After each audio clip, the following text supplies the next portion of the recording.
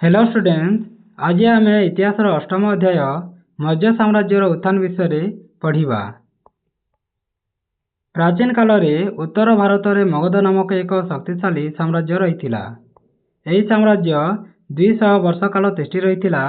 सेठारे मौर्य वंशर राजा माने राजत्व करथिले। मौर्य वंशर शासन पूर्वर सेठारे नंद वंश शासन करुथिले। नंद वंशर शासक माने निष्ठुर और अत्याचारी थिले। सेमानंको कुशासन रे लोक माने अतिष्ठ होई पड़िथिले। फलरे सेमाने लोकप्रियता हराइथिले। चाणक्य नामक जड़े ज्ञानी पंडित मगधरू नंदवंश लोप करिया पई शपथ नेथिले। सेही शपथ को कार्यकारी करिया पई सुजोग खोजुथिले। ठीक सेही समय से चंद्रगुप्त नामक एक युवक को भेटिथिले। से मौर्य वंशर जन्म होइथिले। चंद्रगुप्तଙ୍କ बुद्धि, साहस और चतुरता को देखि चाणक्य आश्चर्य हो जाइथिले। से चंद्रगुप्तଙ୍କ साहाय्य नंद राजत्व मगध को लोप करिया पई स्थिर कले। से मगध आक्रमण करने को चंद्रगुप्त को प्रवर्ताइले। वर्तमान पंजाब अंचलर दुर्दर्शी जाति और उपजातिर लोक मानू नहीं चंद्रगुप्त एक शक्तिशाली सैन्य बाहिनी गठन करथिले। से सैन्य बाहिनी साहाय्य नंदराजा को परास्त करी मगध अधिकार कले एवं मौर्य वंशर शासन प्रतिष्ठा कले। यही मौर्य साम्राज्य शासन संबंधी समस्त तथ्य मेगास्थनीज द्वारा लिखित इंडिका और चाणक्य अर्थशास्त्र ग्रंथ और अशोक शिलालेख मानकरू मिल पारिछि। तापर आम देखा चंद्रगुप्त मौर्य विषय। चंद्रगुप्त मौर्य नंद राजा धननंद को परास्त करी मगधर मौर्य शासन प्रतिष्ठा आरंभ करथिले। यही समय अलेक्जेंडर सेनापति सेल्यूकस निक्तार भारतर ग्रीक अधिकृत अंचल शासन करुथिले। चंद्रगुप्त सेल्यूकस सहित युद्ध करी तांको परास्त करथिले। युद्ध परास्त होई सेल्यूकस चंद्रगुप्त सहित संधि करथिले। संधि अनुसार ग्रीक अधिकृत अफगानिस्तान, काबुल, कांदाहार और हेरात, बेलुचिस्तान प्रभृति भारतर उत्तर पश्चिम अंचल चंद्रगुप्त साहाय्य बा साम्राज्य मिसी जाइथिला। फल से अंचल ग्रीक शासन अवसान घटीथिला। से पश्चिम भारतर गुजरात अंतर्गत सौराष्ट्र पर्यंत समस्त अंचल को निज साम्राज्य मिसाई देथिले। चंद्रगुप्त मौर्य समय मौर्य साम्राज्य उत्तर पश्चिम रे पारस्य पर्यंत, पूर्व रे बिहार, पश्चिम रे सौराष्ट्र एवं दक्षिण रे कर्णाटक पर्यंत व्यापी थिला। तांको साम्राज्यर राजधानी थिला पाटलिपुत्र, जहाको बिहार पाटण सहित चिन्हट करा जायथाय। से दीर्घ 25 वर्ष काल राजत्व करथिले। ख्रीष्टपूर्व 298 मसीह तांकर मृत्यु होइथिला। तापर आमे जानिबा चाणक्य विषय। चंद्रगुप्त मौर्य तांकर मुख्य उपदेष्टा रूपे चाणक्य को नियुक्त करथिले। चाणक्यଙ୍କ अन्य नाम थिला कौटिल्य। से अर्थशास्त्र नामक एक ग्रंथ रचना करथिले। एही ग्रंथ रे मौर्य साम्राज्यर शासन पद्धति एवं राजनीतिक, सामाजिक और अर्थनैतिक व्यवस्था संपर्क में वर्णना करथिले। तापर आमे देखिबा मेगास्थनीज विषय। ग्रीक राजा सेल्यूकस निक्तार निर्देश रे ग्रीक राजदूत भाव मेगास्थनीज चंद्रगुप्त मौर्य दरबार को आसीथिले। से मौर्य दरबार में दीर्घ 5 वर्ष काल रही। यही रही समय मध्य से भारतर बहु अंचल बुली देखिथिले। भारत संबंध से जो विवरणी पुस्तक लिखिथिले तार ना होइछि इंडिका। सेतिरे मौर्य राजत्व और शासन व्यवस्था विशेषकर पौर शासन विषय अनेक कथा वर्णना करथिले। आहुरी मध्य से मौर्य राजप्रसाद एवं पाटलिपुत्र नगरर वर्णना करथंती। तापर आमे देखिबा बिंदुसार विषय। चंद्रगुप्त परे तांको पुत्र बिंदुसार सिंहासन आरोहण करथिले। से जणे पराक्रमशाली सम्राट थिले। पितांको विशाल साम्राज्य को दक्षता सहित शासन करथिले। से ग्रीक माने तांको अमित्र घात उपाधि देथिले। से तांको राजत्व काल मध्य 16 जन राजा को परास्त करी सेमानंको राज्य को मौर्य साम्राज्य रे मिसाई देथिले। तापर देखिए आमे अशोक। ख्रीष्टपूर्व 273 मसीह बिंदुसार परे अशोक मौर्य साम्राज्य शासन होइतिले। अशोक बाल्यावस्थारू निर्भीक, साहसी और निष्ठुर थिले। तांकर निष्ठुर भयंकर प्रकृति पाई तांकू चंडाशोक बोली कहा जाउथिला।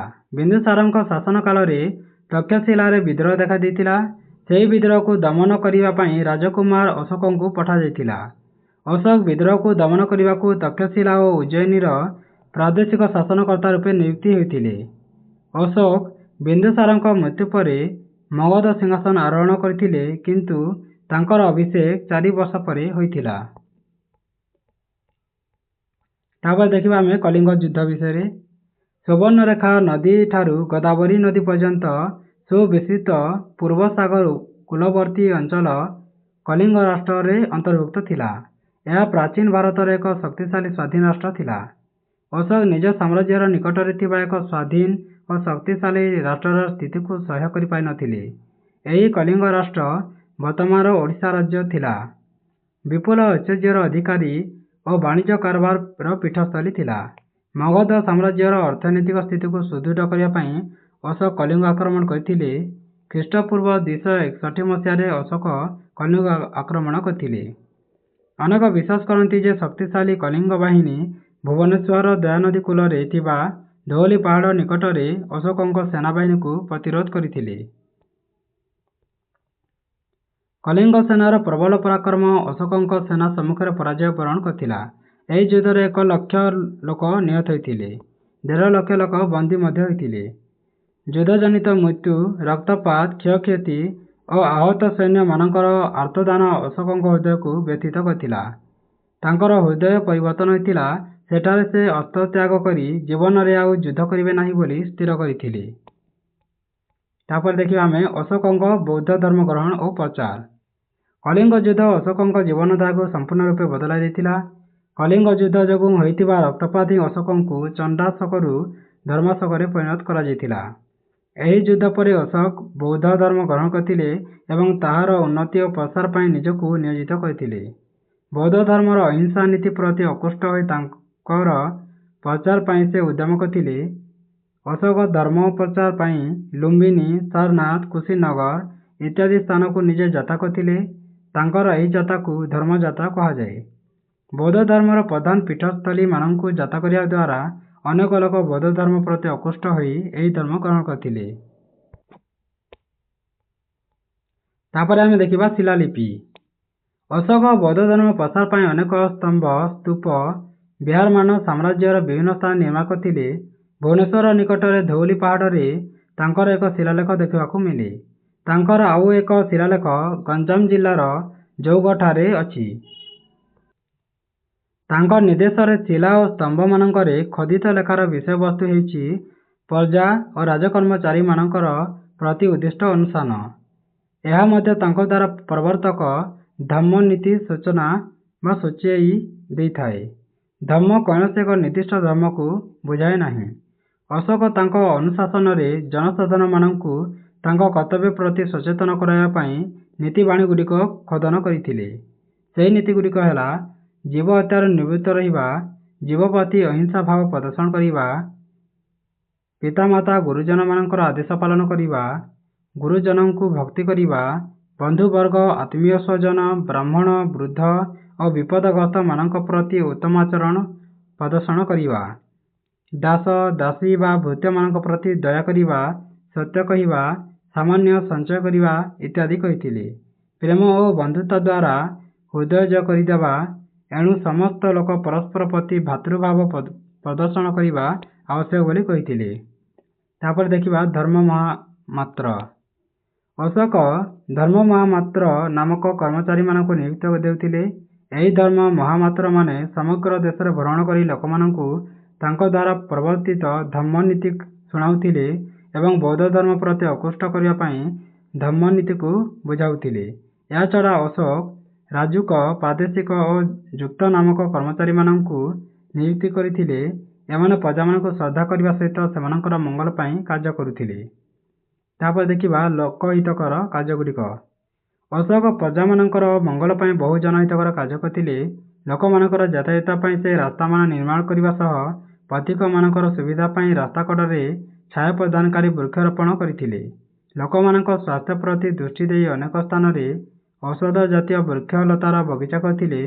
ଲୋକମାନଙ୍କୁ ପାନୀୟ ଜଳ ଯୋଗାଇ ଦେବା ପାଇଁ ଅନେକ କୂପ ଖୋଳାଇଥିଲେ ଏବଂ ପଥିକମାନଙ୍କ ବିଶ୍ରାମ ପାଇଁ ପାନ୍ଥଶାଳାମାନ ନିର୍ମାଣ କରିଥିଲେ। ମନୁଷ୍ୟ ଓ ପଶୁମାନଙ୍କ ଚିକିତ୍ସା ପାଇଁ ଚିକିତ୍ସାଳୟମାନ ଉପସ୍ଥାପନ କରିଥିଲେ।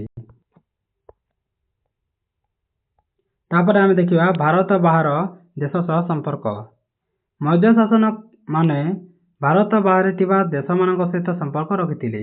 ଅଶୋକଙ୍କ ପ୍ରଚେଷ୍ଟାରେ ପଶ୍ଚିମ ଏସିଆରେ ଲୋକମାନଙ୍କ ମଧ୍ୟରେ ଭ୍ରାତୃତ୍ୱ, ଅହିଂସା ଓ ଶାନ୍ତି ପ୍ରଭୃତି ମାନବିକ ନୀତିମାନଙ୍କର ମୂଳ ଭିତ୍ତି ସ୍ଥାପନ କରାହୋଇଥିଲା। ସେ ନିଜ ପୁତ୍ର ଓ କନ୍ୟାଙ୍କୁ ସିଂହଳ ଦେଶକୁ ପଠାଇ ସେଠାରେ ବୌଦ୍ଧ ଧର୍ମର ପ୍ରଚାର ଓ ପ୍ରସାର କରିବା ସହିତ ଭ୍ରାତୃତ୍ୱ ଭାବ ସୃଷ୍ଟି କରିଥିଲେ। ସେହିପରି ବ୍ରହ୍ମ ଦେଶକୁ ଶଣ ଓ ଉଭର ନାମକ 2 ଜଣ ବୌଦ୍ଧ ଭିକ୍ଷୁକୁ ପଠାଇଥିଲେ। ତାପରେ ଆମେ ଜାଣିବା ଅଶୋକ ସ୍ତମ୍ଭ ବିଷୟରେ। ଅଶୋକ କଲା ଓ ସ୍ଥାପତ୍ୟର ପୃଷ୍ଠପୋଷକ ଥିଲେ। ସେ ଅନେକ ପ୍ରାସାଦ, ସ୍ତୂପ, ସ୍ତମ୍ଭ, ବୌଦ୍ଧ ବିହାରମାନ ନିର୍ମାଣ କରିଥିଲେ। ସେଗୁଡ଼ିକ ମଧ୍ୟରୁ ସାରନାଥର ସ୍ତମ୍ଭ ପ୍ରଧାନ ଅଟେ। ଏହି ସ୍ତମ୍ଭର ଶୀର୍ଷ ଦେଶରେ 4 ଗୋଟି ସିଂହ ଅଛି। ଏହି ସିଂହ ଚାରିଦିଗକୁ ମୁହଁ କରି ରହିଛନ୍ତି। ଭାରତ ସରକାର ଅଶୋକ ସ୍ତମ୍ଭର ଏହି ସିଂହକୁ ଜାତୀୟ ସଂକେତ ରୂପେ ଗ୍ରହଣ କରିଛନ୍ତି। ଏହି ଚିହ୍ନ ମଧ୍ୟରେ ଥିବା ଚକ୍ରକୁ ଜାତୀୟ ପତାକାର ସ୍ଥାନ ଦିଆଯାଇଛି। ଏହି ଅଶୋକ ସ୍ତମ୍ଭ ସିଂହ ଚିହ୍ନଟି ଭାରତୀୟ ମୁଦ୍ରାମାନଙ୍କରେ ସ୍ଥାନ ପାଇଅଛି। ଏହି ସ୍ତମ୍ଭର ଉଚ୍ଚତା 2.15 ମିଟର ଅଟେ। ଏହି ଅଶୋକ ସ୍ତମ୍ଭରେ 4 ଗୋଟି ସିଂହ, ଗୋଟିଏ ଘୋଡ଼ା, ଗୋଟିଏ ହାତୀ ଓ ଗୋଟିଏ ଷଣ୍ଢର ଚିତ୍ର ରହିଅଛି। ଏଥିରେ ଥିବା ଧର୍ମଚକ୍ରଟି ସତ୍ୟର ପ୍ରତୀକ। ଏଥିରେ 24ଟି ଅର ରହିଅଛି। ଯଦି ଏହି ଭିଡ଼ିଓଟି ତୁମମାନଙ୍କୁ ଭଲ ଲାଗିଥାଏ, ତମ ସାଙ୍ଗମାନଙ୍କ ସହିତ ସେୟାର କରିବ। ଧନ୍ୟବାଦ।